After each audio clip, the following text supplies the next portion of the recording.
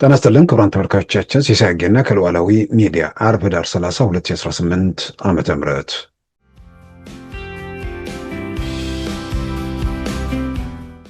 በሪፎርሙ የነበረን ሚዲያን የመክፈት ሁሉም ሀሳብ ካለከልካይ እንዲንሸራሸር ማድረግ ምንም ችግር አልባ ጉዞ አልነበረም። ልክ ሚዲያው ሲከፈት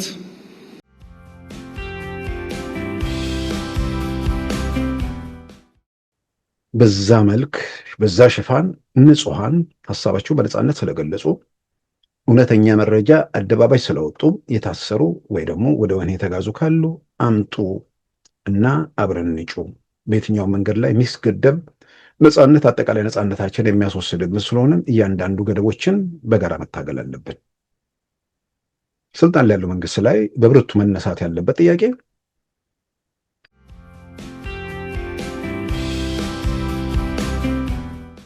ማዕቀቡ የተጣለውም ማዕቀቡ የተነሳውም በኢትዮጵያ መንግስት ነው። ማዕቀቡ ሲጣል የነበረው በህወሓት የሚመራው የአቶ መለስ መንግስት ነው። ማዕቀቡ ሲነሳ ደግሞ ያለው የጠቅላይ ሚኒስትር አብይ መንግስት ነው።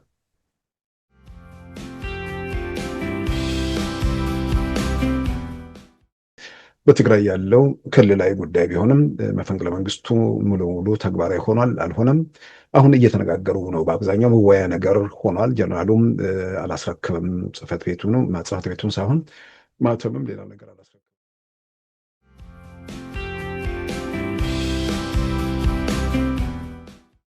በዛሬው ፕሮግራማችን በእነዚህና በሌሎች ወቅታዊ ጉዳዮች ላይ ትኩረት አድርገናል። አሁን ወደ ዕለቱ ዜና እናመራለን። በህጋዊ መንገድ በህዝብ የተመረጠ መንግስትን በአፈሙዝ ለማስወገድና የህዝብን ሰላም ለማደፍረስ መሞከር እንደማይሳካ ጀነራል አበባው ታደሰ አሳሰቡ። የኢትዮጵያ ጦር ኃይሎች ምክትል ጠቅላይ ኤታማዦር ሹም ጀነራል አበባው ታደሰ ይህን የተናገሩት በዛሬው ዕለት ለሀገር መከላከያ ሰራዊት አባላት ባስተላለፉት መልእክት መሆኑንም ከመከላከያ ሚዲያ መረዳት ተችሏል። ለምዕራብ ዕዝ ሰራዊት አባላት ጀነራል አበባው ታደሰ ባስተላለፉት መልእክት በሀገር ሉዓላዊነትና በኢትዮጵያ አንድነት ላይ የተደቀኑ አደጋዎችን ለመቀልበስ ሰራዊቱ የከፈለውን መስዋዕትነት አስታውሰው ለወደፊቱም በሉዓላዊነት ላይ የሚቃጣ ጥቃት የማያዳግም ምላሽ እንደሚሰጠው አስገንዝበዋል። ምክትል ጠቅላይ ኤታማዦር ሹም ጀነራል አበባው ታደሰ መልእክታቸውን ሲቀጥሉም በህዝብ የተመረጠ መንግስትን በአፈሙዝ ለማስወገድ እንዲሁም የህዝብን ሰላም ለማደፍረስ የሚደረጉ ማናቸውም ሙከራዎችን የኢትዮጵያ ሀገር መከላከያ ሰራዊት እያለ አይሳካም ሲሉ አሳስበው አማራጭ ሀሳብ ያላቸው በሙሉ በህጋዊና በሰላማዊ መንገድ እንዲንቀሳቀሱ መልእክት አስተላልፈዋል። ይህ በእንዲህ እንዳለ ማክሰኞ ጥቅምት 27 2018 በሌተና ጀነራል ታደሰ ወረደ ጊዜ አስተዳደር ላይ ገልበጣ በማድረግ በፕሬዝዳንትነት መመረጣቸው የተገለጸው ዶክተር ደብረጽዮን ገብረ ሚካኤል የፕሬዝዳንቱን ቢሮ ለ3 ቀናት እንዳልተቆጣጠሩና ስራ እንዳልጀመሩ ቢገለጽም በዛሬው ዕለት የካቢኔ ስብሰባ ማድረጋቸውን ህወሓት አስታውቋል። በፎቶግራፍ ተደግፎ በተሰራጨው የህወሓት መረጃ ስብሰባ ማድረጋቸውን እንጂ በምን ጉዳይ ላይ እንደተነጋገሩ ግን አልተገለጸም። የሌተና ጀነራል ታደሰ ወረደ ካቢኔ አባልና ምክትል ፕሬዝዳንት ሆነው ሲያገለግሉ የቆዩት አቶ አማኑኤል አሰፋ በዶክተር ደብረጽዮን ካቢኔም ከፊት መስመር ላይ ተቀምጠው ታይተዋል። ስልጣናቸው ምን እንደሆነ ግን አልተገለጸም። አቶ አማኑኤል አሰፋ የህወሓት ምክትል ሊቀመንበር እንዲሁም አክሱም ላይ ጊዜ አስተዳደሩ እንዲፈርስ በወሰነው የማዕከላዊ ኮሚቴ ስብሰባ ላይ ተሳታፊ የነበሩ ቢሆንም ይፍረስ ብለው የወሰኑት ጊዜ አስተዳደር ፕሬዝዳንት ሌተና ጀነራል ታደሰ ወረደ በጠሩት የካቢኔ ስብሰባ ላይ በተመሳሳይ ከፊት ወንበር ላይ እንደነበሩ ማስታወስ ተችሏል። የፈረንሳዩ ፕሬዝዳንት ኢማኑኤል ማክሮን በሚቀጥለው ሳምንት ወደ ኢትዮጵያ እንደሚጓዙ ተዘገበ። ከተመረጡ የፈረንሳይ ኩባንያዎች ጋር ረቡዕ ዕለት አዲስ አበባ እንደሚደርሱም የፈረንሳዩ ሚዲያ አፍሪካን ኢንቴሊጀንስ ዘግቧል። በቀጣዩ ሳምንት መጀመሪያ በኬንያ ናይሮቢ በሚካሄደው አፍሪካ ፎርዋርድ ሰሚት ላይ የሚገኙት የፈረንሳዩ ፕሬዝዳንት ኢማኑኤል ማክሮን ከስብሰባው ማጠቃለያ በኋላ የተመረጡ የፈረንሳይ ኩባንያዎችን በመያዝ ረቡዕ ዕለት አዲስ አበባ እንደሚገቡም በዘገባው ተመልክቷል። ኬርፎር እና ሜሪዲያም የተባሉት ኩባንያዎች አብረዋቸው ወደ ኢትዮጵያ እንደሚጓዙም ተጠብቋል። በኢትዮጵያ ባህር ኃይል ግንባታና በሌሎች ዘርፎች ከኢትዮጵያ ጋር ተባባሪ የሆነችው የፈረንሳይ ፕሬዝዳንት ኢማኑኤል ማክሮን የጠቅላይ ሚኒስትር አብይ መንግስት ወደ ስልጣን ከመጣ ወዲህ 2 ጊዜያት ኢትዮጵያን የጎበኙ ሲሆን በቀጣዩ ሳምንት ጉዟቸው 3ኛ መሆኑም ተመልክቷል። በኢትዮጵያ ወደ ነጠላ አሃዝ ወርዶ የነበረው የዋጋ ግሽበት በነዳጅ ሳቢያ ወደ 2 አሃዝ ወይም ደብል ዲጂት ማደጉን ብሉምበርግ ዘገበ። በፋይናንስና ቢዝነስ ጉዳዮች ላይ የሚያተኩረው ብሉምበርግ የኢትዮጵያ ስታትስቲክስ መስሪያ ቤትን ጠቅሶ በዛሬው ዕለት ባቀረበው ዘገባ ላለፉት 5 ወራት በነጠላ አሃዝ የቆየው ግሽበት በሚያዝያ ወር ከ9.4 ወደ 11.7 በመቶ ከፍ ብሏል። ምግብና ምግብ ነክ በ2.4 በመቶ ሲጨምሩ የነዳጅ ዋጋ ደግሞ በ3% ከፍ ማለቱ ተመልክቷል።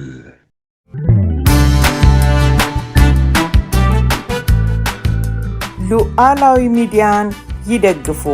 ስራዎቻችንን ለብዙ እንድናደርስ ሰብስክራይብ፣ ሼር፣ ላይክ በማድረግ ሉዓላዊ ሚዲያን ያጠናክሩ። እውነትን እንዘግባለን፣ ኢትዮጵያዊነትን እናቀነቅናለን። መድረኩ ግን ለሁሉም አመለካከት ክፍት መሆኑን እናረጋግጣለን። ሉዓላዊ ሚዲያ።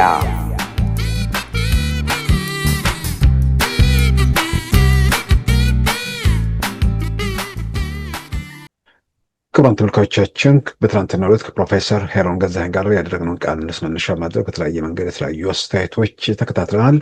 አስተያየቶቹ በግልም የመጡ ናቸው። እንዲህ አይነት ወጣት ምሁራን በኢትዮጵያ ጉዳይ ላይ ድምፃቸውን እንዲያሰሙ አሁንም ግፊት መደረግ አለበት፣ የሚበረታታ ነው የሚል አስተያየቶችን ተቀብያለሁ።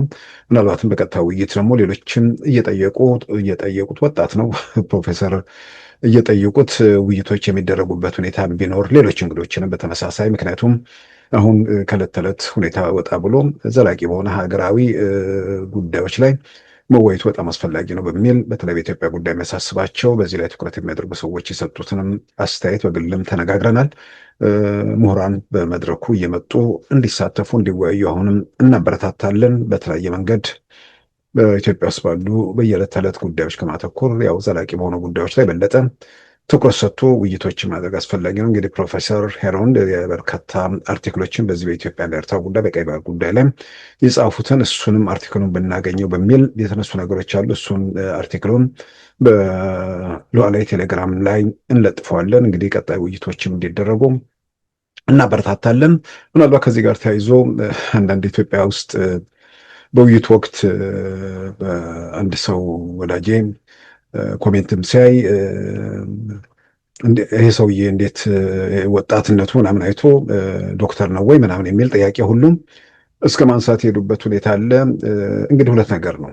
በአንድ በኩል ሁልጊዜም አደናቃፊ የሆነ አሉታዊ ነገር ብቻ የሚቀናቸው ሰዎች አሉ።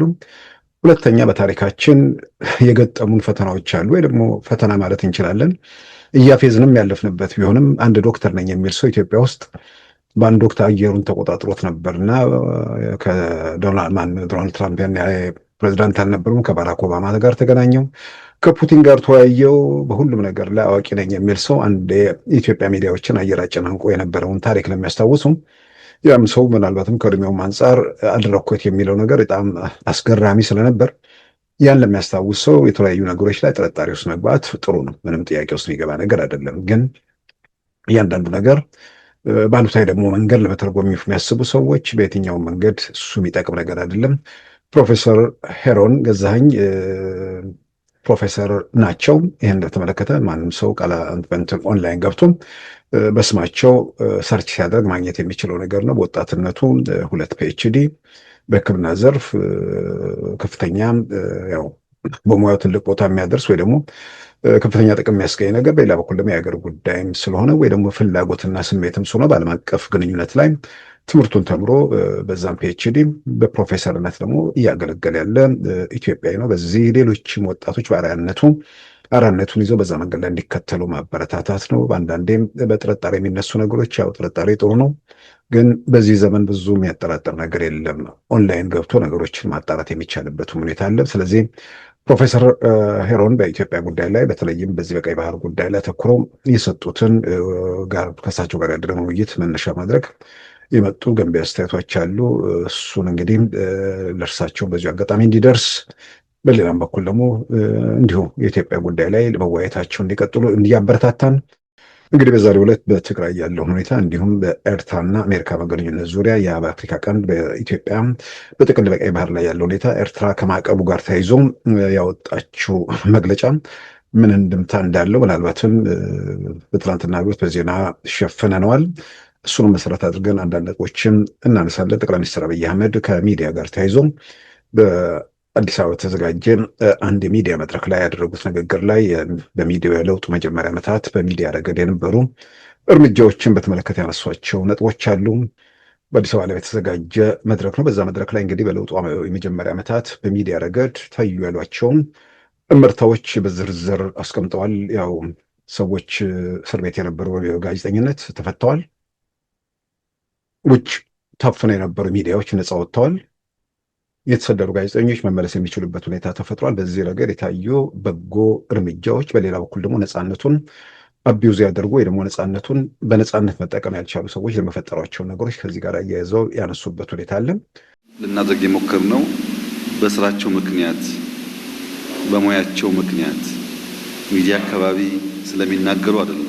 ጋዜጠኛ በመሆናቸው ምክንያት የታሰሩ ሰዎች መፍታት ነበር የመጀመሪያው እርምጃ።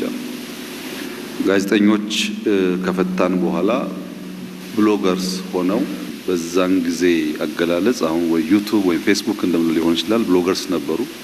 እነሱ እንዲከፈቱ ሆኗል። ኢትዮጵያ ከውጭ የሚሰራጩ ሚዲያዎች በሾርት ዌቭም በቲቪም ጃም ታደርግ ነበር። ከዚያ በፊት የጃሚንግ ስርዓቱ እንዲቀር ተደርጓል። ምንም አይነት ሀሳብ እንዳይታፈል ለመልቀቅ ተሞክሯል። የተዘጉ ሚዲያዎች፣ ሀገር መግባት የማይፈቀድላቸው ሚዲያዎች ወደ ሀገር እንዲገቡ ተፈቅዶላቸዋል። ከሚዲያቸው ጋር ተያይዞ የተከለከሉ ጋዜጠኞቹም እንደዚሁ መግባት መስራት እንደዚሁ ተፈቅዶላቸዋል። አሳሪ ህጎች በተለይ የጸረ ሽብር ህጉ ከሚዲያ ጋር ተያይዞ ለመናገር እድል የሚሰጥ ስላልነበረ ያም እንዲሻሻል ተደርጓል። ነገር ግን በሪፎርሙ የነበረን ሚዲያን መክፈት ሁሉም ሀሳብ ካለከልካይ እንዲንሸራሸር ማድረግ ምንም ችግር አልባ ጉዞ አልነበረም። ልክ ሚዲያው ሲከፈት በቀላሉ ወደ ኢንዱስትሪው መግባት የተቸገሩ ሙያው ያላቸው እውቀቱ ያላቸው ሰዎች አሉ። ወደ ሙያው ደግሞ ሲገቡ ኤቲክስ የሚባል ነገር ያልተከተሉ ነፃነትን በቅጡ ማስተዳደር የተሳናቸው ሰዎች ነበሩ። በዚያ ውስጥ ነው እንግዲህ የተንሸራሸረ አሁን ባለበት ደረጃ የደረሰው ከነችግሩም ቢሆን ማለት ነው። በግሌ እጅግ በጣም ግራ እስኪገባኝ ድረስ ስለ ሚዲያ ነፃነት ዛሬም የሚከራከር ሰው ያጋጥመኛል። የሚከራከር ብቻ ሳይሆን በቲፒኤልኤፍ ጊዜ ፕሪንት ሚዲያ ነበር ይለኛል አንዳንዱ ሰው። ፕሪንት ሚዲያ ስንት ሰው ጋር የሚደርስ ነገር። ታዲያ ፕሪንት ሚዲያ አሁን ኢትዮጵያ ውስጥ እንዳይኖር ምን አደረገ ሲባል የማተሚያ ቤት ዋጋ ስለጨመረ። እኛ ፕሪንት ሚዲያ እኮ ስንሰራ በየጊዜው ማተሚያ ቤት ዋጋ እየጨመረ ጋዜጣ 25 ሳንቲም እንደነበር የሚያውቅ ሰው ምን ያህል እንደሆነ አላውቅም። ዛሬ 30 ነው 40 ብር ምናምን ደርሷል። ስለዚህ ማተሚያ ቤት ዋጋ በተለያየ መንገድ ሊጨምር ይችላል። ኤሌክትሮኒክስ ሚዲያ የፈቀደ መንግስት ፕሪንት ሚዲያ ሊያፍን የሚችልበት ነገር ራሱ ባስበው አይገባኝም። መከራከሪያችን በምክንያት ቢሆን በአብዛኛው ጥሩ ነው ብዬ አምናለሁ። እያንዳንዱ ኪስ ውስጥ ሳሎን ውስጥ ቁጭ ብሎ ሁሉን ነገር ማየት በሚችልበት ያውም ጥላቻ በጣም በከፍተኛ ደረጃ እየተነዛ ሰው ያንን ሰምቶ ሲታከተው የተው የተባለ ይመስላል። በእርግጥም አሁን እየታከተው ነው። ያንን የለቀቀ መንግስት ፕሪንት ሚዲያ ምናምን አይነት መከራከሪያ ብዙ የሚጠቅም ነገር አይመስለኝም። ኢትዮጵያ ውስጥ ኢንተርኔት ቪዲዮ ማየት አይደለም እነ ኢትዮ ሚዲያ የዛን ጊዜ ኢትዮ ሚዲያ በጣም ፖፑላር ነበሩ ድረገጾች የአብርሃ በላይ እነሱን ገልጦ ማየት ብርቅ የነበረባት ሀገር ነች። ውጭ ሆነም አገር ቤት ሆነንም እናውቀዋለን። ውጭ ወተንም ውስጥ ያሉ ሰዎች በዛ ነገር ሲቸገሩ እናውቃለን። ድረገጽ መግለጥ ብርቅ ነበር። ኦዲዮ ማጫወት፣ ቪዲዮ ማጫወት ምናምን እሱ ቅንጦት ነው። ያ ምዕራፍ ተሰብሮ ኢንተርኔት ገደብ ተነስቶ እውቀት መሆኑ ኢንተርኔት ታይቶ ብዙ ልጆች በዛ ምን ማድረግ እንደሚችሉ ዛሬ ኢንተርኔት መለቀቅና መስፋፋት ኢትዮጵያ ውስጥ ብዙ ወጣቶችን መስራት የሚችሉ ልጆችን ምን ያህል ተጠቃሚ እንዳደረገ ማንም ሰው ባይሉ የሚያው በዝርዝር ደግሞ ሲገባ በዝርዝር የሚመለከተው እውነታ ነው። ሰዎች ታለንታቸውን እንዲያወጡ አሁን ቃሉ ፑቴክ የተባለው ልጅ ቃሉ ፑቴክ በሚል ፋሽን ሾው የሚያሳየው ልጅ በወዳደቁ ነገሮች የዓለም መነጋገሪያ የሆነ ልጅ ይሄንን የፈጠራ ችሎታውን መንደር ውስጥ የተወሰኑ ሰዎች ነበር የሚያውለት። የኢንተርኔትን ኃይል ነው የምናይበት። ስልጣንን ለመጠበቅ ሲባል ሁሉን ነገር ዘጋግቶ የተሄደበት መንገድ ስልጣንንም አላቆየም፣ ድንቁርናን በሀገር ላይ ነው ያወጀው። የፈጠረው ነገር የለም። ስለዚህ የበዛ መንገድ ተለቀቀ። በዛ ትርጉም ያለው የኢንተርኔት መስፋፋት ለግለሰቦች ነፃነትን ከማስገኘት ባሻገር ሀብት በመፍጠርም ረገድ ትልቅ አስተዋጽኦ አድርጓል። ይህንን መመስከር በጎደሉት ነገሮች ላይ ጥያቄ ማንሳት ነው ተገቢ የሚሆነው። በዛ መልክ በኢንተርኔት ያንትን ብሏል። የታሰሩ ሰዎች በሰልፍ ተፈተዋል። የታፈኑ ሚዲያዎች ተለቀዋል። ይህንን ሚዲያ ትመልከት የሚባልባት ሀገር እንዳይተላለፍ ጃም ማድረግ አይደለም። ጃም ማድረግ መብታችን ነው ተብሎ በአደባባይ መግለጫ በሚሰጥባት ሀገር ነፍሳቸውን ይማርና አቶ መለስ ዜናዊ በአደባባይ ነው የተናገሩት። ቮይስ ኦፍ አሜሪካን ጃም አድርጋችኋል ሲባሉ እስካሁን ጃም አላደረግንም፣ ጃም ለማድረግ ሙከራ እየተደረገ ነው፣ እንደተሳካ ጃም እንዲያደርጉ ትእዛዝ ሰጣለሁ ብለዋል። The main point is what the VOA Amharic service has been engaged in for the past 18 years. We have been convinced for many years now, and that in many respects the VOA Amharic service has copied the worst practices of radio stations such as the Radio Mille Collines of Rwanda. But I assure you, if they assure me at some future date that they have the capacity to jam it, then I will then give them the clear guideline to jam it.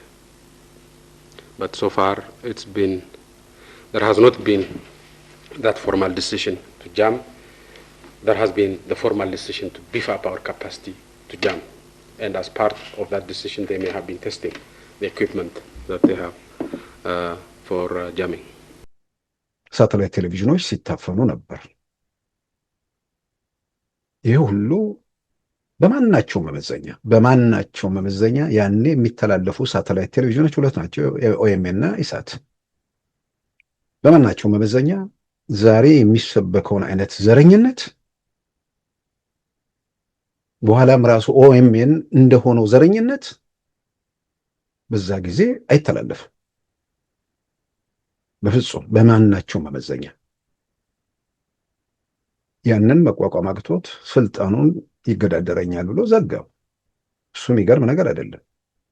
ግን ዛሬ በየሰፈሩ በየመንደሩ የተደራጀ ከመንደሩ ባሻገር ማየት የማይችል ጥቅመኛ ምናምን ሁሉ ቅጽል ልንሰጠው የምንችለው ሰው ገንዘብ እያዋጣ ምን እያለ ጥላቻ፣ ዘረኝነት ሲሰብክ እሱ ሁሉ እየተላለፈ ያለባት ሀገር ነች። ዘረኞች እጅ በአብዛኛው ዘረኞች የሚቆጣጠሩበት ወይ ደግሞ ዘረኞች የሚፈነጩበት እድል ተፈጠረ። በአንድ ሚዲያዎቹም ውስጥ ደግሞ ይሄ ከየስፍራው የበቀለ ዘረኛ እንጣጥ የሚልበት ሁኔታ ተከተለ። ዘረኞች በፓርቲ ተደራጅተው ችግር መፍጠር ጀመሩ። ይሄ ሁኔታ ሀገሪቱ ላይ ቀውስ እንዲባባስ፣ አለመረጋጋት እንዲመጣ የራሱን አስተዋጽኦ አደረገ። ከዛ በኋላ ህግ ለማስከበር መንግስት የሄደበት መንገድ ዘረኛው አንደበቱ ምንድን ነው አርፎ እንዲቀመጥ እተኩሳለሁ የሚለው የሚተኩስበት ቦታ ሄዷል። ከተማ ወይ ምናምን ሆኖ ደግሞ በዛ መንገድ ለመረበሽ የሚጥረው የጆሮውን ስለሚቆነጠጥ ከዚህ ቀደም እንደሚያደርገው መፈንጨት የለም። ይሄ ትልቅ ነገር ነው። በጣም የሚደገፍ ነገር ነው። ነፃነት መኖር አለበት። ነፃነት ግን የሌሎችን መብት እስካልገደበና የሀገር ህልውናን ለአደጋ እስካላጋለጠ ድረስ ነው መሆን ያለበት። ስለዚህ ብዙ ጊዜ በግል የምከራከረው ነገር አለ። ስለ ሚዲያ ተናግሮ በሚዲያ ነፃነት ዙሪያ ወይ ደግሞ ስለ ዲሞክራሲ ወይ ደግሞ እውነተኛ መረጃ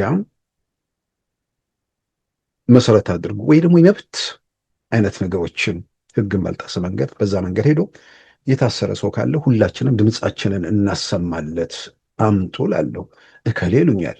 አንዳንዱ ኢትዮጵያዊ ነኝ ደግሞ ይልሃል። የሆነ ማህበረሰብን መስደብን የሚዲያ ነፃነት አድርጎ ሲመለከት የነበረን ሰው የመብት ተሟጋች የፕሬስ ነፃነት አርበኛ ምናምን አድርገው ለመሳል ይሞክራሉ። ያንተ ሰፈር ሰው ካልተሰደበ ሌላው ሲሰደብ የፕሬስ ነፃነት ነው። በእንዲህ አይነት ደረጃ የታመሙ ሰዎች አውቃለሁ። ነገር ግን በዛ መልክ በዛ ሽፋን ንጹሐን ሀሳባቸው በነፃነት ስለገለጹ እውነተኛ መረጃ አደባባይ ስለወጡ የታሰሩ ወይ ደግሞ ወደ ወህኒ የተጋዙ ካሉ አምጡ እና አብረን እንጩ። በየትኛው መንገድ ላይ የሚስገደብ ነፃነት አጠቃላይ ነፃነታችን የሚያስወስድብን ስለሆነ እያንዳንዱ ገደቦችን በጋራ መታገል አለብን። ስልጣን ላይ ያለው መንግስት ላይ በብርቱ መነሳት ያለበት ጥያቄ ሰዎች በሚዲያ ጉዳይ የሚሆን በሌላ ጉዳይ በወንጀል የሚፈልጉ ከሆነ የህጉን አግባብ ተከትሎ በመጥሪያ ሄዶ መያዝ፣ ከዛ በኋላ ፍርድ ቤት በአግባቡ ማቅረብ፣ ዋስትና ምናምኑ የፍርድ ቤቱ የምናምን ጉዳይ ነው። አንዳንዴ እገታ የሚመስሉ ነገሮች እየታዩ ነው። ጭንብል ያጠለቁ ምናምን የሚሉ ነገሮች እየተሰሙ ነው። የሆነ ቦታ ላይ ይሄ መቆም አለበት ብቻ ሳይሆን በጣም በጣም አደገኛ ምንድን ነው ልምድም ስለሆነ ይህን የሚያደርግ አካል መንግስት በሚቆጣጠረው ሀገር ውስጥ የተለየ ኃይል ከሆነ መንግስት ያንን ኃይል አደብ ማስገዛት አለበት። ከዛ ውጭ ግን ሁሉ ነገር ህግና ስርዓትን የተከተለ መሆን አለበት። ዛሬ ስልጣን ላይ ያለው መንግስት የሚያሰጋው ነገር አለ እንዴ? የትኛውንም ፊንፊን የሚል ጆሮውን እየቆነጠጠ አደብ እያስገዛ ነው። ስለዚህ ህግ የተላለፉ አካላት ካሉ በህግ አግባብ መጠየቅ። ከዛ ውጭ ግን ይሄ እገታና አፈና የሚመስሉ ነገሮች እነሱ በጣም አደገኛ ስለሆኑ የሚወገዙ ናቸው፣ መቆምም አለባቸው። እሱ ላይ አስረግጦ ምንድን ነው አድምቁም ማስመሩ አስፈላጊ ነው። ከዛ ውጭ ግን ኢትዮጵያ ውስጥ የፕሬስ ነፃነት አሁን አንዳንዶቹ ያስቁኛል፣ ይገርመኛል። አንድ ሁሌ ማረሳት አንድ እንትን አለች። የሚሊኒየም ጊዜ ኢትዮጵያ ውስጥ እስከምን ድረስ ከባድ እንደሆነ ለማሳየት ይጠቅማል። የሚሊኒየም ጊዜ ዲያስፖራው ነቅሎ ኢትዮጵያ ይገባል የሚል ትልቅ ፕሮፓጋንዳ ስለነበር የኢትዮጵያ ሚሊኒየም ነው የምለው። በኢትዮጵያ 2000 የቤት ኪራይ በከተማ በአዲስ አበባ ከተማ በጣም ተሰቀላሉ። ነበርኩኝ። መሰቀሉንም አይቻልም በተወሰነ ደረጃ። የመኪና ኪራይ ዋጋም እንደዚሁ ናረ። ቀኑ እየቀረበ ሲመጣ በተባለው ልክ የሚሆን ነገር አልነበረም። ሰው በብዛት ይገባል ተብሎ ተጠበቀ፣ አልገባም። ቤት እያስለቀቁ በውድ እናከራየለን ያሉትም የመክሰር መኪና ኪራይ እናከራያለን ብለው መኪና ያስገቡትም በተመሳሳይ ችግር ላይ መውደቅ ነገር ሲመጣ አንዱ ጋዜጣ ስሙ ይቅርብኝ ሚሊኒየሙ የተጠበቀውን ያህል ዲያስፖራው እየገባ አይደለም የሚል ዜና ወሰራ። ይሄ ነው፣ የተለየ ነገር አይደለም። በኋላ ስሰማ አስጠንቀቋቸው አሉ ያው የወቅቱ ኃላፊዎች። ስም አልጠቅስም።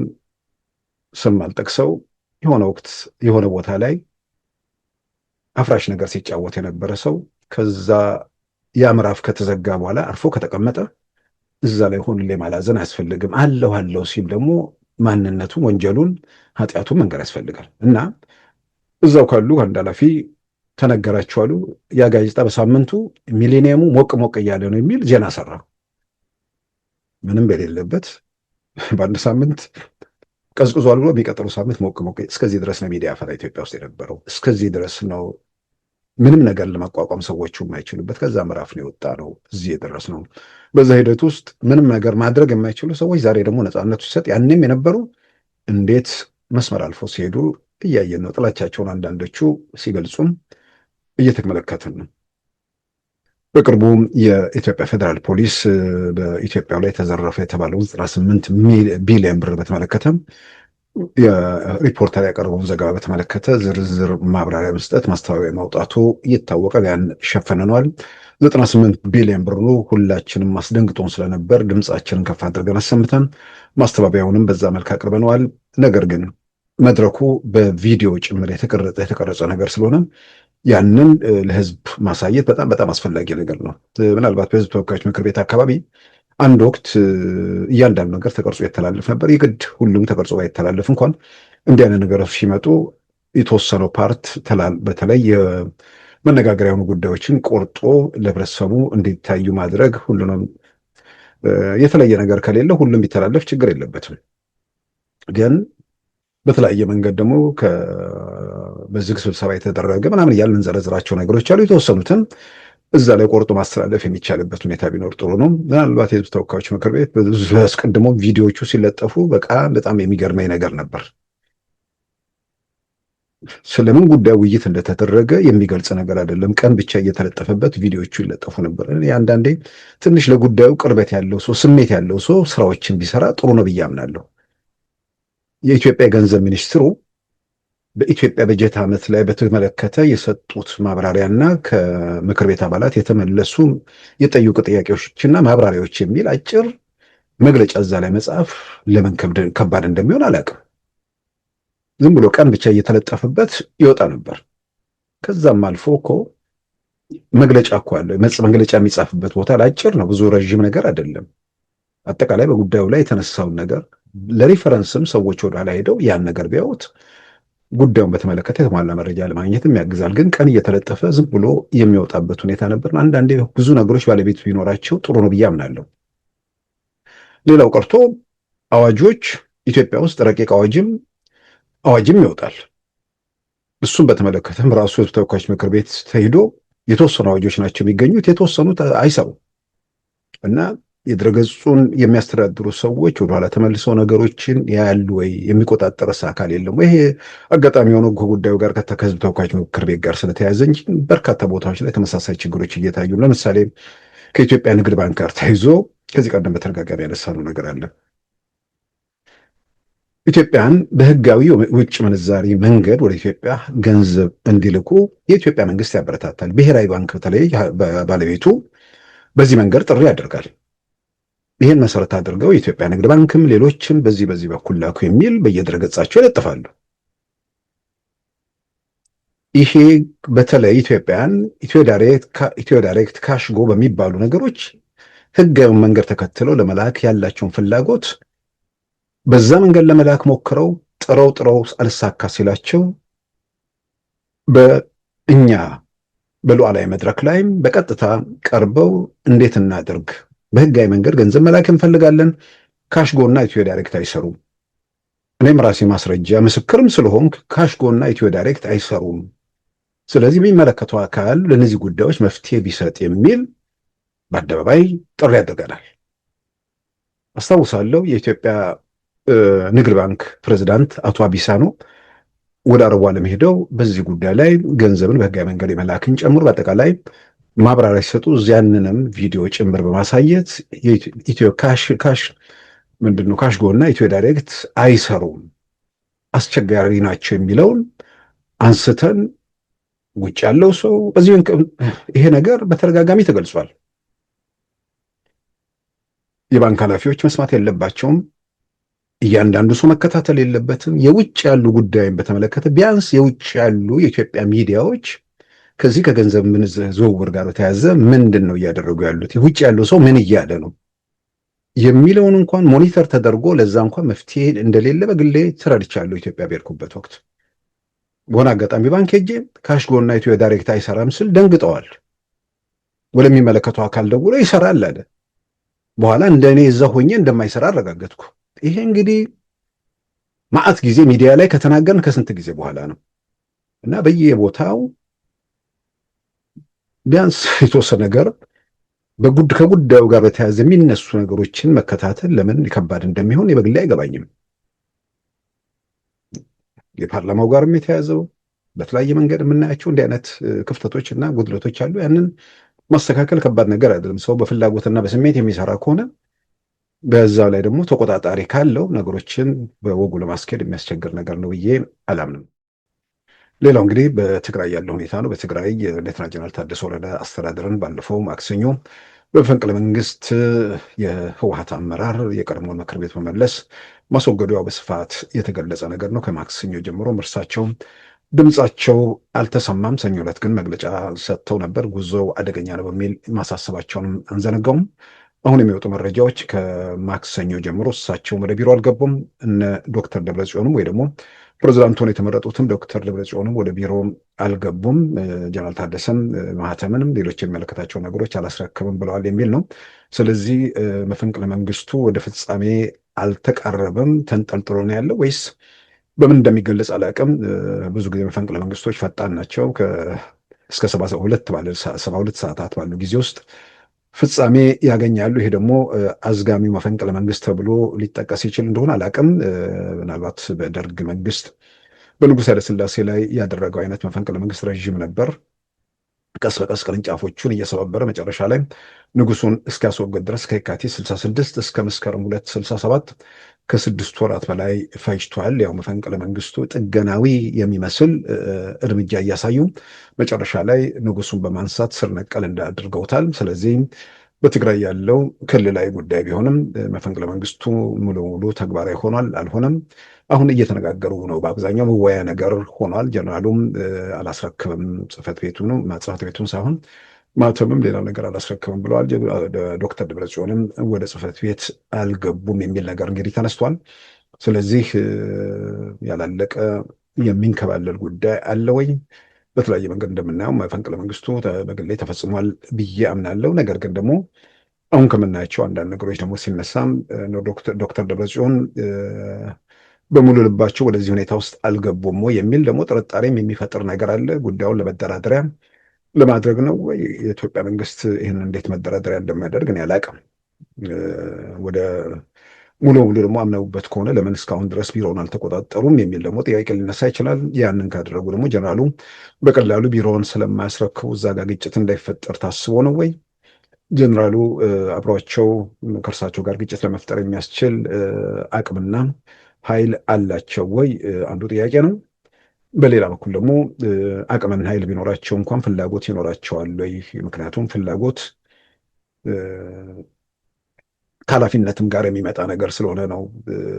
በአጠቃላይ ዓለም አቀፉ ማህበረሰብም ሁሉም በቅርበት የሚከታተለውን ጉዳይ ህግ እየጣሰ የመጣው ኃይል እስከ መጨረሻው ምዕራፍ ከመጣ ይህ ኃይል ከአሁንም ምንም ነገር ለማድረግ ወደኋላ ስለማይል እዛ ጋር ወደ ግጭት ብንገባ ተጎጂው ህዝቡ ነው በሚል አንደኛው ወገን ኃላፊነት በሌለው መንገድ የሚያደርገው ሌላኛው ኃላፊነት በተሰማው መንገድ በጥንቃቄ ሊጓዝበት ይችላል። ስለዚህ ከሰሞኑ መግለጫቸው አንጻርም በኃይል የሚመጣ ነገርም ካለም የኃይል ምላሽ መስጠት የተዘጋጁ አይመስልም። በሌላ በኩል ደግሞ ጽህፈት ቤቱን ላለማስረከብ ወይ ደግሞ ማህተምና አስፈላጊ ቁልፍ የቢሮውን ቁልፍ ላለማስረከብ መወሰናቸው በአንድ በኩል ተጠያቂነትን ሽሽትም ሊሆን ይችላል። ምክንያቱም ዶክመንቶች አሉ። እነዛን ነገሮች ለማን ያስረክባሉ? በመሀል ደግሞ ንግግር አለ የሚሉ ነገሮችም የተሰሙ ንግግሩ ምንድን ነው? በዶክተር ደብረጽዮን እና በጀነራል ታደሰ ወረደ መካከል የሚደረግ ንግግር ምን መፍትሄ ሊያመጣ ይችላል? ምን አይነት ንግግር ነው? በጋራ እንበድ ነው ወይስ በፕሪቶሪያ የሰላም ስምምነት መሰረት ስምምነቱን አክብረን በጋራ እንጓዝ ነው? እንግዲህ ወደ ጀነራሉ ሀሳብ ከመጡ በጋራ ለህግ እንገዛ የሚል ነገር ሊሆን ይችላል። ወደ እነ ዶክተር ደብረጽዮን የሚያመራ ከሆነ በጋራ እንበድ የሚል አይነት ነገር ነው ብሎ መደምደም ይቻላል። ስለዚህ በዚህ ዙሪያ የሚንከባለሉ ነገሮች አሉ። ምናልባትም ትግራይ ውስጥ ባለው ሁኔታ ውስጥ በሽምግልና ችግሩን ለመጨረስ አሁንም ጥረት የሚያደርጉ አካላት አሉ የሚል ነገር ተነስቷል። በሽምግልና እስከዛሬ ድረስ ያልተሰራ ሽምግልና መፈንቅለ መንግስቱ ከተደረገ በኋላ የሚለወጥ ነገር ሊኖር ይችላሉ የሚል እንደ አንድ ጥያቄ ማንሳት ይቻላል። በነገራችን ላይ ከሽምግልና ጋር ተያይዞ ሲመጣ አሁን ትግራይ ውስጥ ያሉ ሃይማኖት አባቶች ባለፈው ያነሳሁት ነገር አለ። አሁን በተወሰነ ደረጃ ክብራቸውን ያስጠበቁ ይመስለኛል። አሁን የመደመጥ አቅማቸውን ጨምረዋል ብዬ አምናለሁ ከርቀት ሳየው። ለምን ሁሉንም ነገር ቲፒኤልኤፍ የሚለውን ነገር አንዳችም ሳይቀር የቀበሌ ካድሬ ላይ የሚፈጽመውን የሃይማኖት አባቶች ላይ ሲያስፈጽም ነው የኖረው። የፈረሰው ምክር ቤት ይመለስ። ምክንያቱም ተፈናቃዮች እንዲመለሱ፣ የትግራይ ሉዓላዊ ግዛት እንዲመለስ ዋስትናው የፈረሰው ምክር ቤት ማድረግ ነው። በጀትም ማተን ተፈናቃዮችም ሳይመለሱ የትግራይ ሉዓላዊ ግዛትም ተወስዶ መፍትሄ ባጣንበት ሁኔታ ውስጥ የትግራይ ጊዜ አስተዳደር ምን ይሰራልናል የሚለው በየትኛውም መስክ የመንግስት ሰራተኛውን ሁሉንም ከዳር እስከ ዳር አዋይተዋል። ከቲፒኤልኤፍ ልምድ አንጻር የሃይማኖት አባቶችንም እዚህ ጣጣ ውስጥ እንደሚከቷቸው በግልጽ የሚታወቅ ነው። የሃይማኖት አባቶቹም ተመሳሳይ አቋም ያራምዳሉ ብዬ በግሌ ጠብቄ ነበር። ምናልባት አሁንስ በዛ ብለው የሃይማኖት አባቶቹ አቋም ይዘዋል ብዬ አምናለሁ። ቲፒኤልኤፍ አልጠየቃቸውም የሚል እንዲህ አይነት ነገር ውስጥ ሊገባ አልችልም። ቲፒኤልኤፍ እምነትን ማራከስ፣ ሁሉንም ነገር ማቆሸሽ እሱን እስከጠቀመው ድረስ ወደኋላ የሚል ቡድን አይደለም። ስለዚህ የእምነት አባቶቹ አካባቢ አንዳንዱ ያው አሁን ምነው አባ ሰረቀ ብርሃን ህወሓት የሚያዛቸውን ነገር አይፈጽሙም ብዬ ላምን አልችልም። ነገር ግን አሻፈረኝ ያሉ የሃይማኖት አባቶች ስለሚገኙ በአንድነት በጋራ ካልወጡ ደግሞ ጉዳቱ ስለሚያመዝን የሃይማኖት አባቶቹ እዚህ ጋር የህወሓትን ወደ ጦርነት፣ ወደ ግጭት፣ ወደ ሁከት የሚያመራ መንገድ ላይ ተባባሪ አለመሆናቸው በህወሓትም ለመፈራት ወይ ደግሞ ለመከበር በሌላውም ዘንድ ለመከበር እድል ሰጥቷቸዋል ብዬ አምናለሁ። እዚህ ቆሻሻ ነገር ውስጥ ባለመግባታቸው የከላይ ይመለስ የከላይ ይመለስ፣ እነሱ ሰላምን፣ አንድነትን፣ ትብብርን እሱ ላይ ማተኮር ነው ያለባቸው። ስለዚህ በአሁኑ በዚህ ጉዳይ ውስጥ ስላልገቡ አሁን ሽምግልና የሚባል ነገር ከመጣም ቲፒኤልኤፍ ጭምር ለመስማት ወይ ደግሞ ለማክበር ይገደዳል። በፊት ግን የፈለገውን ነገር አድርግ የሚላቸውን ስለሚያደርግ ይንቃቸው ነበር። አሁን አንሰማም እንዳሉት አምናለሁ። አንሰማም ካሉት ደግሞ እንዲህ ያለ ነገር ሲፈጠር ለመሸምገል ለመፈራት ያላቸው እድል ስለሚጨምር ምናልባት በዛ በኩል ንግግር እያደረጉ ከሆነ ጥሩ ነው፣ የሚበረታታ ነው። ወደ ግጭት ወደ ምናምን በመሄድ ማንም የሚያተርፈው ነገር የለም። ነገር ግን በንግግሮቹ ሂደቶች ሁሉ የሃይማኖት አባቶቹም ከርቀትም ከቅርበትም ያለው ሁሉም ማወቅ፣ መረዳት፣ ሁሉም ነገር መገንዘብ ያለበት ስለ ጉዳዩ የተሟላ መረጃ መያዝ ነው። በተፈናቃዮቹም ጉዳይ፣ በትግራይ ሉዓላዊ ግዛት በሚባለውም በበጀቱም ጉዳይ ላይ ያለውን ነገር የተሟላ ነገር ይዘው ለመፍትሄው መንቀሳቀስ ጥሩ ነው። የኢትዮጵያ መንግስት በግልጽ ሁለት ነገሮች በግልጽ ተጥሰው ባለበት ሁኔታ ውስጥ እንዴት ዝም አለ የሚለው ብዙዎች ጥያቄ ነው። አንደኛ የፕሪቶሪያ ሰላም ስምምነት ግጭትን ለማቆም ደቡብ አፍሪካ የተፈረመው ስምምነት ቲፒኤልኤፎችን የመጨረሻ አደጋ ከመጨረሻ አደጋ የታደጋቸው ስምምነት፣ ያ ስምምነት በግልጽ በአደባባይ ፈርሶ በዛ ስምምነት መሰረት የተቋቋመው ምክር ቤት ሲፈርስ፣ ማለትም ጊዜ አስተዳደር ሲፈርስ፣ በዚያ ስምምነት መሰረት እንዲፈርስ የተወሰነው ምክር ቤት እንደገና ህይወት ዘርቶ መቀሌ ላይ ሲሰበሰብ የኢትዮጵያ ፌዴራል መንግስት ምን ይሰራል? ስርዓት አልበኝነት በዚህ መንገድ እንዴት ይስተናገዳል? የሚሉ ጥያቄዎች የተነሱ ነው። በመንግስት በኩል ያው እረፉ የሚለውን መልእክት የዕለት ዕለት መቀሌ ላይ ምክር ቤት ስብሰባ የተቀመጡበት ወቅት ጀቶች እንግዲህ አንዣበዋል። ያ እንግዲህ ምንም ጥያቄ ውስጥ በማይገባ መንገድ ወይ ያየኋችሁ ነው ወይም አልለቃችሁም፣ በየትኛውም መንገድ ተርጉመው ዝም ብሎ የወጣ ነገር አይደለም። ቅኝት ቢሆን ድሮኖቹ ናቸው አየር ላይ ቁጭ ብለው ዝም ብለው ሲቃኟቸው ይውላሉ። 25 ሰዓት 26 ሰዓት ከአንድ ቀን በላይ ማለት ነው መቃኘት የሚችሉ ዘመናዊ ድሮኖች ኢትዮጵያ ውስጥ አሉ ባሉን መረጃዎች። እና ድሮኖቹ በአብዛኛው ድምፅ ስለማይሰማ ይሄኛው ጀቶቹ ድምፃቸው በጣም ስለሚሰማ መልእክቱን በዛ በኩል ለማስተላለፍ ነው። ከመልእክቱ በኋላ የኢትዮጵያ መንግስት ምን አደረገ የሚባል ነገር ምንም አላደረገም። ከመልእክቱ በፊት ምክር ቤቱ ከመሰብሰቡም በግልጽ መፈንቅለ መንግስት ከመካሄዱ በፊት የአውሮፓ ህብረትም የዩናይትድ ኪንግደም መንግስትም የአሜሪካ መንግስትም በዛ በኩል ያደረጉት ነገር ሁሉም አልተሰሙም። ስለዚህ በእነዚህ ሁሉ የፕሪቶሪያ ሰላም ስምምነትን በሸመገሉት በኢትዮጵያ መንግስት እንዲሁም ደግሞ ሂደቱን በታዘቡት ወገኖች በኩል ይህን በተመለከተ ምንድን ነው እየተደረገ ያለው? ቢያንስ የኢትዮጵያ መንግስት ጋር እነዚህ ወገኖች እየተነጋገሩ ነው ብዬ አምናለሁ። ከነ ጀነራል ታደሰም ጋር አሁን እየተነጋገሩ እንደሆነ ይሆናል ተብሎ ይገመታል። ይሄ ሁኔታ እስከ መቼ ድረስ ሊቀጥል ይችላል? ቲፒኤልኤፍ ወደዚህ አይነት ሁኔታ ውስጥ ለምን ገባ?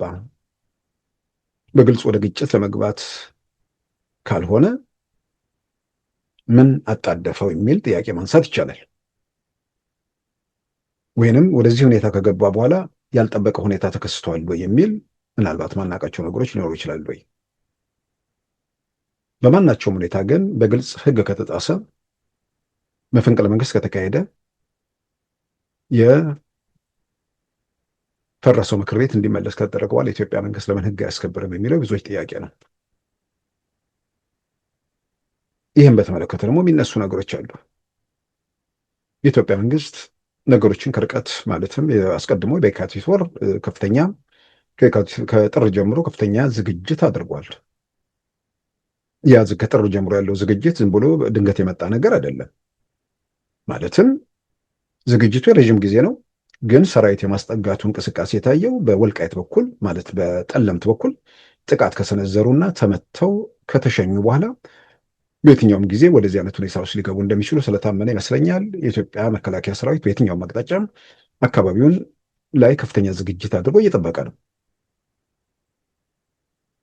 ክሪቲካል ትሬት በዚህ ዙሪያ ያወጣው ሰፊ ዘገባ ላይ በየካቲት ወር የኢትዮጵያ መከላከያ ሚኒስትር የኢትዮጵያ መከላከያ ሰራዊት ወደ እርምጃ ሊያመራ እንደሚችል ያኔ ገልጾም በኋላ ላይ ግን የኢራኑ ጦርነት ጋር ተያይዞ ነገሮች ወደኋላ እንደተመለሱ ወይ ደግሞ ወደ ፍጻሜ እንዳልተቀረቡ አመልክቶ አሁንም ወደዚህ አይነት ሁኔታ ሊከተል እንደሚችል በትናንትናው ዕለት ባወጣው ትንተና አቅርቧል። በሌላ በኩል አገር ውስጥ ያለው ሁኔታ ደግሞ የሚገመግሙ ሰዎችም የሚያቀርቡት ነገር ኢትዮጵያ መንግስት ከቲፒኤልኤፍ ትንኮሳ ከመጣ ለማስተናገድ፣ በሌላ በኩል ግን በሱ በኩል ምርጫው እስኪካሄድ ድረስ የምርጫውን ሁኔታ እየጠበቀ ነገሮችን ሊያልፋቸው ይችላል የሚል በዚህ በኩል የሚነሱ ነገሮች አሉ። ሊሆን ይችላል ብዬ እኔም በተወሰነ ደረጃ አምናለሁ። ግን ምርጫው 24 ቀናት በትክክል ቀርተውታል። በእነዛ 24 ቀናት ውስጥ ከበጀት ከምናምን ጋር ያሉ ነገሮች እንዲሁም ከነዳጅ ያሉ ነገሮች እንዴት ሊሆኑ ይችላሉ? በቀደመ ሁኔታ አስቀድሞ የገባ የሚቀጥል ነገር አለ ወይ? አሁን አንዳንድ እንደምናየው ጀነራል ታደሰ በደብዳቤ በምናምን ስራ እየሰሩ ነው የሚል ነገር ስላለ የመንግስት ተቋማትን ወይ ደግሞ የፋይናንስ ተቋማትን የሚያስተዳድሩት ወይ ደግሞ የሚመሩት ማለትም የመንግስትን በጀት በተመለከተ የሚያስተዳድሩት አሁን እሳቸው ስለሆኑ እስከ ግንቦት 24 ምናምን ያለውን ነገር የሚሸፍን እስከዛ ድረስ ያለውን እስከ የግንቦት ወር የተመለከተ ነገር በዛ በኩል እያለፈ ነው ወይ? የበጀቱ ጉዳይ ምላሽ የሚያገኝ ከሆነ ምናልባት ጉዳዩ ተንጠልጥሎ መሄዱ ብዙ ያን ያህል የሚያመጣው ጉዳት ላይኖር ይችላል። ጉዳት የማይኖረው የኢትዮጵያ መንግስት በአንድ ጊዜ ሁለት ምናምን ነገር ውስጥ ከመግባት ይልቅ በተወሰነ ደረጃ የምርጫውን ጉዳይ እልባት ሰጥቶ ማለት ምንም የተለየ ነገር የሚፈጠር ነገር አይደለም። ግን በተወሰነ ደረጃ የጥበቃ ምናምን የጸጥታ ጉዳይ የሚያስፈልግባቸው ቦታዎች ሊሆኑ ስለሚችሉ ሁለት ነገሮች በአንድ ላይ ከማስኬድ ከምርጫው በፊት እኮ ሊያልቅ የሚችል ነገር ነው። በግሌ ዝም ብዬ ነገሮችን ስገመግም ግን እስከ ኤርትራ የሚሻገር ነገር እስከ ሱዳን የሚሻገር ነገር ሊሆን የሚችልበት እድል ስላለ ከሆነ በኋላ ከዛ በኋላ ከማሰብ ከመሆኑ በፊት ማክሲመም ጥንቃቄ ማድረጉ ተገቢ ስለሆነ ምናልባት እስከ ምርጫው ድረስ ሁኔታዎች ባሉበት እየተንከባለሉ ሊቀጥሉ ይችላሉ። ያ ማለት ያ ይሆናል ብሎ እርግጠኛነት መናገር የሚቻልበት ሁኔታ የለም። ቲፒኤልኤፍ የትኛው የሚያደርጋቸው እንቅስቃሴዎች በየትኛውም ሁኔታና ደቂቃ ነገሮች ሊለዋወጡ የሚችሉበት እድል ዝግ አይደለም ማለት ነው። ባለፈውም ምርጫው እየተካሄደ ጦርነቱ ይካሄድ ነበር። ስለዚህ በዛ ረገድ የተለየ ነገር የለም። ግን ጦርነቱ ሳይገባ ሁሌም መፍትሄ ለማግኘት የሚደረጉ ጥረቶች ይኖራሉ ተብሎ እንግዲህ ይታመናል። ስለዚህ በግል ያሉኝ ግምገማዎች በአጭር ጊዜ ውስጥ ሁኔታዎች ይለዋወጣሉ የሚል ነገር ነበር። አሁን ዝም የሚለው ነገር ሲመጣ ምናልባት ምርጫው የሚለው ነገር በተወሰነ ደረጃ ያ ሁኔታዎችን ሊያዘገይ ይችላል። በሌላም በኩል ደግሞ ጀነራሉ ሙሉ በሙሉ ስልጣናቸውን አጥተው ዶክተር ደብረጽዮንም ወንበሩን ተረክቦ የሚል ነገር እርግጠኝነትን የሚያሳይ ነገር የለም። ሁለቱም ቢሮውን አልተቆጣጠሩም የሚል ነገር ስላለ እነዚህ ሁኔታዎች በዛ መሀል የሚለውጧቸው እንደገናም ደግሞ በዚህ መሀል ደግሞ ሂደቶቹን በታዛቢነት በሸምጋይነት የሚመሩ አካላት እዚህ ውስጥ ያላቸው ሚናም የራሱ አስተዋጽኦ ይኖራል ተብሎ ይታመናል። የምንድነው ፈንጂውን ከረገጡ በኋላ ከዛ አደጋ ውስጥ ለመውጣት ራሳቸው ሰዎቹ መልሰው ቆም ብለው እያሰቡ መነጋገርን እንደ አማራጭ እያዩ ማለትም እዛው በሀገር ሽማግሌዎች ደረጃ ነው እንጂ የኢትዮጵያ መንግስት ጋር አሁን ቲፔልፎቹ ይነጋገራሉ፣ ቲፔልፎችን ያስተናግዳል ብዬ በግሌ አላምንም። በምንም ተአምር ህግና ስርዓት ያፈረሰ ስርዓት አልበኝነት እንዲነግስ ማበረታታት ነው። ከቲፔልፍ ሰዎች ጋር መነጋገር፣ የሚነጋገር ነገር ካለ በዝቅተኛ እርከን አነጋግሮ ወደ ጀነራል ታደሰን ወደ ስልጣን ከመመለሱ ውጭ ሌላ መነጋገሪያ ነገር ሊኖር የሚችልበት ሁኔታም አለ ብዬ አላምንም። እንግዲህ በዛ በኩል ያለውን ነገር እንግዲህ የምናየው ነው። ይሄ ኃይል ዞሮ ዞሮ የተመረኮዘው ወይ ደግሞ የተደገፈው ኤርትራ ላይ ነው። ምናልባት ለእነዚህ ኃይሎች ብዙ ጊዜ የምናነሳቸው ነገሮች አሉ። ኢትዮጵያ ውስጥ ያለው ሁኔታ ደግነቱ ስልጣን ላይ ያለው መንግስት ያንን የሚንገዳገድበትን ዘመን አልፎ የኢትዮጵያ መከላከያ ሰራዊት ተጠናክሮ የኢትዮጵያ ጸጥታ ተቋማት በከፍተኛ ደረጃ ራሳቸውን አጠናክረው በየቀኑ የምናየው የምንሰማው ነገር ሀገሪቱ በጥሩ ሁኔታና ቁመና ላይ መሆኗ በብዙ መልኩ በጀ እንጂ የምናያቸው የምንላቸው ነገሮች በጣም አደገኞች ነበሩ። ስለዚህ አሁን ከኤርትራ ጋር ተያይዞ ባለውን ነገር ህወሓት ሌላ የሚልበት ነገር አለ። ኤርትራ ላይ መመርኮዝ ወይ ደግሞ መደገፍ ነው የሚፈልገው።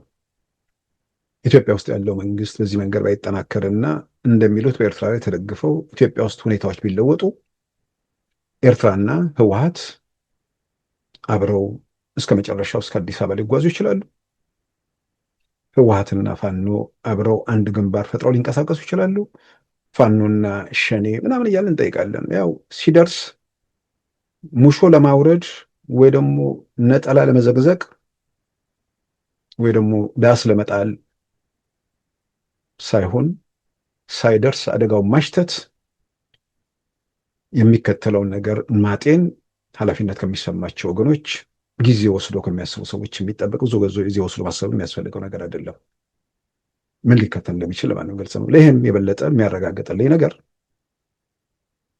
ኤርትራ ከአሜሪካ መንግስት ጋር ግንኙነቷን ለማሻሻል ማለትም የአሜሪካ መንግስት ኤርትራ ላይ የተጣለውን ማዕቀብ ለማንሳት እያጤነ መሆኑን የተመለከቱ ዘገባዎች በቀደም ሲል በዎል ስትሪት ጆርናል፣ አሁን ደግሞ በሮይተርስ በኩል በትናንትናው ዕለት ወጥቷል። የውጭ ጉዳይ ሚኒስቴር ዶክመንትን አይቻለሁ።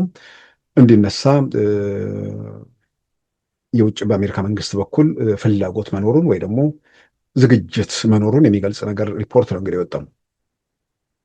ያንን በተመለከተ እንግዲህ በቀደሙት ቀናት ይህን በተመለከተ በዛ ዙሪያ የውጭ ሰዎች የሰጧቸውም ትንተናዎች አሉ። ወደዛ ወደ ትንተናዎቹ ሳይሆን ይህን በተመለከተ የኤርትራ መንግስት መግለጫ ወጥቷል። የሚባለውን ነገር መስማቱን በተመለከተ በውጭ ጉዳይ ሚኒስቴር በማለት በማስታወቂያ ሚኒስቴር በኩል ባወጣው መግለጫ ላይ ስለ ማዕቀቦቹ ይዘረዝራል። ማዕቀቡ አስቀድሞም በተባበሩት መንግስታት ድርጅት ግፊት በተባበሩት መንግስታት ድርጅት ጸጥታ ምክር ቤት በቀረበለት የተፈበረከ ማስረጃ ላይ ተመርኩዞ የጸጥታው ምክር ቤት ማዕቀብ ጣለ። እንደገናም የአሜሪካ መንግስትም ማዕቀብ ጣለብን፣ ሻዕቢያን አልሻባብን ጭምር ይደግፋሉ የሚል ክስ ነበር ያን የቀረበባቸው። ቀኑን ሁሉ አይረሱትም። በኦባማ አስተዳደር በ2009 በፈረንጆቹ ነው በገና ዋዜማ ታህሳስ 24 ቀን 2009 ዓ.ም ማዕቀብ ተጣለብን።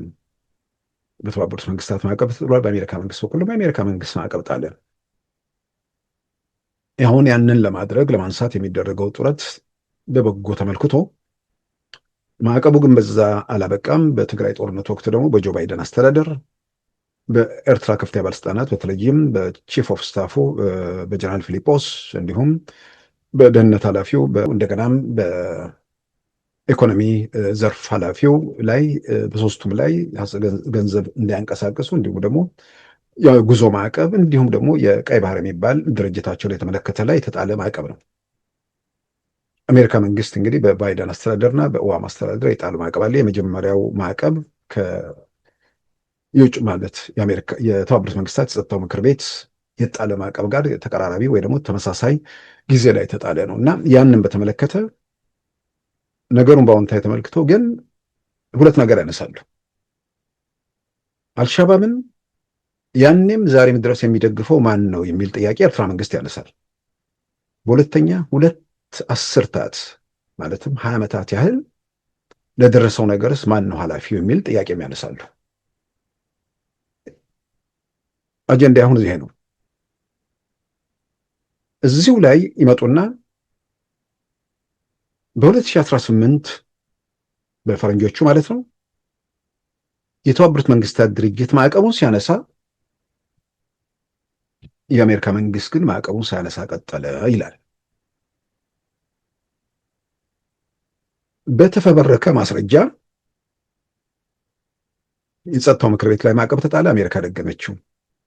በ2018 አሜሪካ የጸጥታው ምክር ቤት ሲያነሳ አሜሪካ አላነሳችም ነው። እንግዲህ አንዳንድ ወላጆችም ራሱ ሊንኩን ጭምር እንትን በማለት እንዴት ነው በአዎንታዊ መንገድ ማዕቀቡ የተነሳው በኢትዮጵያ መንግስት መሆኑን ለምን የኤርትራ መንግስት መግለጫው ላይ ጠቅስም የሚል ነገር ያነሳሉ።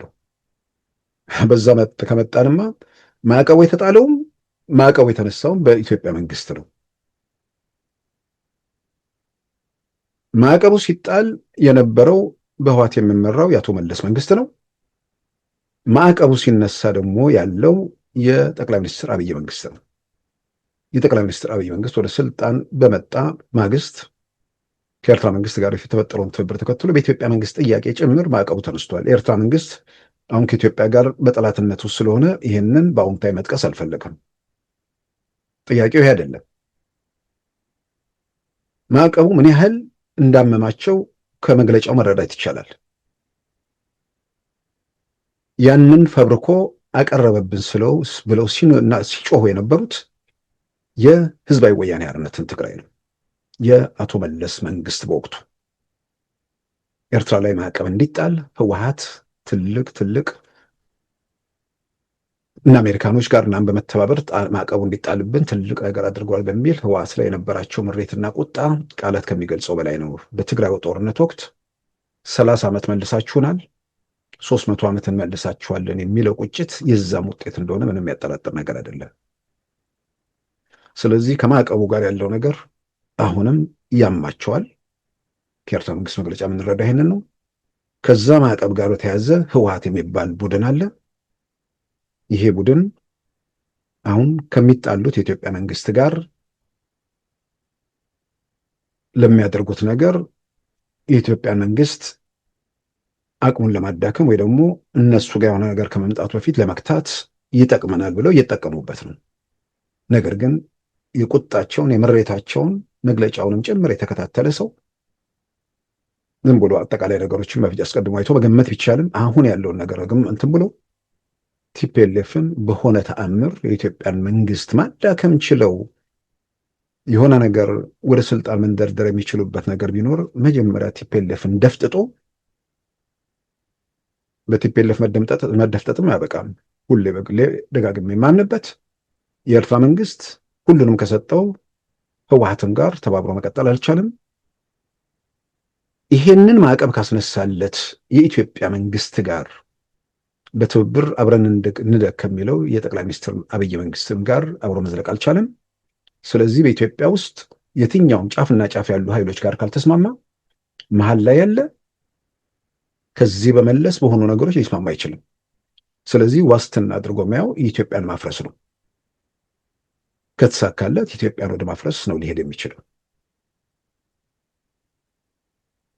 ኢትዮጵያን ከማፍረሱ በፊት ግን ይህንን ወደ 30 ዓመት ወደ ኋላ መለሰኝ የሚለውን ትርፍራፊውንም ቢሆን እሱን እንደሚደፈጥጠው ምንም የሚያጠራጥር ነገር አይደለም። የኤርትራ መንግስትን መግለጫ ስንረዳ ኢትዮጵያ ውስጥ የሚተባበሩ ኃይሎች እንዴት እየተባበሩ ለምን እንደሚተባበሩ መጨረሻ ላይ ምን እንደሚሆኑ ለመረዳትም የሚከብድ ነገር አይደለም። እዛ ላይ ግን ከአሜሪካ ጋር ያላትን ነገር በተመለከተ በተለያዩ ቦታዎች የወጡ ትንተናዎችን ወይ ደግሞ እንትኖች አየው። ኢትዮጵያ ከአሜሪካ ጋር በፈጠረችው ትብብር ወይ ደግሞ አሜሪካ ለኤርትራ ማዕቀብ በማንሳቷ ኢትዮጵያ ኤርትራ ላይ ወረራ እንዳትፈጽም ሊያግዝ ይችላል የሚል ነገር ተነስቷል።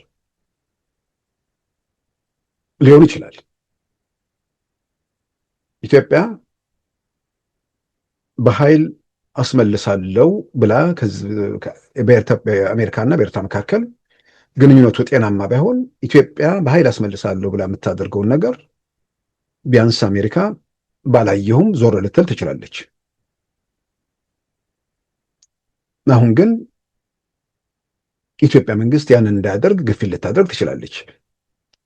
እንዳያደርግ ግፊት ታደርጋለች ማለት የኢትዮጵያ መንግስት ተነጋግረን እንፍታው የሚለውን ነገር ደግሞ ከግጭት በመለስ የኢትዮጵያ መንግስት የሚለውን አጀንዳ ለማስፈጸም ደግሞ ትልቅ እድል ይፈጥራል። እድል የሚፈጥረው የኤርትራ መንግስት አልሰማም ብሏል፣ አልነጋገርም ብሏል። የአሜሪካ መንግስት ጋር ግንኙነቱን ሲያሻሽል የአሜሪካን መንግስት ወደ ማድመጥ ይሄዳል። የአሜሪካ መንግስትን ማድመጥ ከመጣ ደግሞ የኢትዮጵያ መንግስት እስከ ምንጫፍ ድረስ እንደሚሄድ አሜሪካኖቹ ያውቃሉ። ተነጋግራችሁ ፍቱ የሚል ነገር በግልጽ ያስቀምጣሉ። ስለዚህ የምንድን ነው ኢትዮጵያ በኃይል ሄዳ ለምታደርገው ነገር አሜሪካ ድጋፍ እንዳይኖራት ያደርጋል የሚባለውን ያህል ኢትዮጵያ እስከ ምንጫፍ ድረስ እንደምትሄድ ለአሜሪካኖቹ ለኤርትራ ለመንገርም እድል ስለሚሰጣቸው ግፊትም ለማድረግ ሁኔታዎች ስለሚመቻቹ ይልቁንም ግጭት በሌለበት ሁኔታዎችን በሰላም ለመጨረስ ያለውንም እድል ሊያሰፋው ይችላል። ሁሉንም ሲውል ሳድር የምናየው ነው። ከምንም በላይ አሁን በሚወጡ ሪፖርቶችም የምናየው ነገር ኢትዮጵያ ከታላቁ ህዳሴ ግድብ ጋር ተያይዞ ባለው ሁኔታ አንዳንዴ ታላቁ ህዳሴ ግድብ ኃይል ለኢትዮጵያ ኃይሉን ሽጣ የውጭ ምንዛሬ ለኢትዮጵያ ብቻ ሳይሆን ለኢትዮጵያ ምናልባት የቀይ ባህር መውጫ ማስገኛ መንገድም ጭምር እየሆነ የመጣ ይመስላል። ኢትዮጵያም ተጨማሪ 3 ግድቦችን በአባይ ላይ ትሰራለች። ይህን በይፋ ጨረታ ወጥቷል።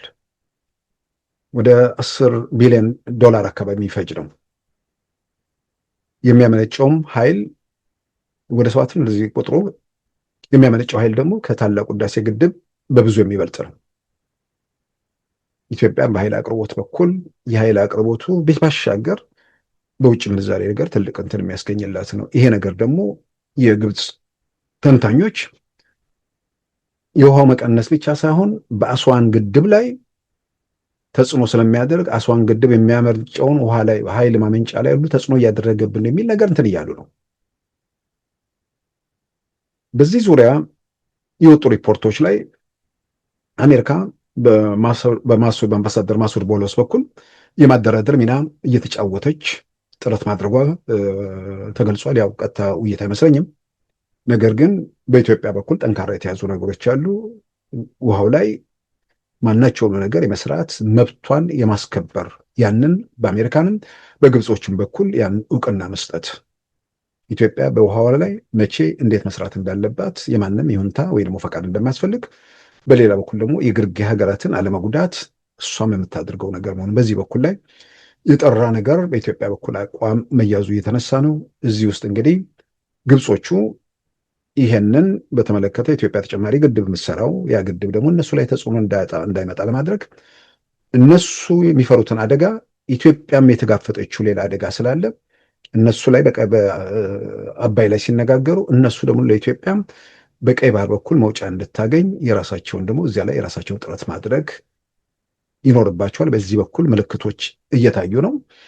ይህንን ምልክት ዝም ብለን ሳይሆን ከዚህ ቀደም ዘናሽናል ላይ በወጣው በግብፃዊ ጸሐፊ የወጣ ጽሁፍ ላይ በቀይ ባህርን በህዳሴ ምንድን ነው በአባይ ጉዳይ ላይ ስንነጋገር እኛ ደግሞ በቀይ ባህር ጉዳይ ላይ ኢትዮጵያ ለምታደርገው ነገር ድጋፍ እናደርጋለን በሚል ግብፅ ተናገረች የሚለው ዘገባ ወጥቶ በኋላ ያስተባበሉት ቢሆንም ማለት ነው።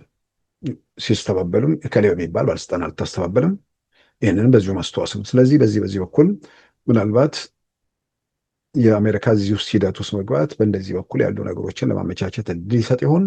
እሱንም በሂደት የምናየው ይሆናል። ክቡራን ተመልካቾቻችን የዛሬን አርብ ሚያዝያ 30 2018 ፕሮግራማችን በዚሁ ተጠናቋል። ጤና ይስጥልን።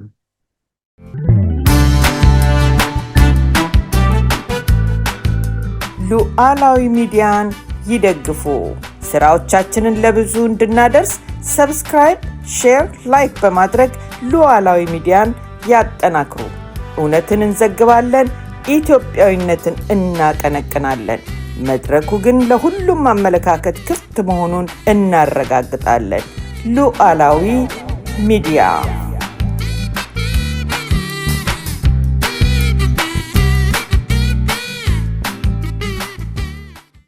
የዛሬ አርብ ሚያዝያ 30 2018 ፕሮግራማችን በዚሁ ተጠናቋል። ጤና ይስጥልን።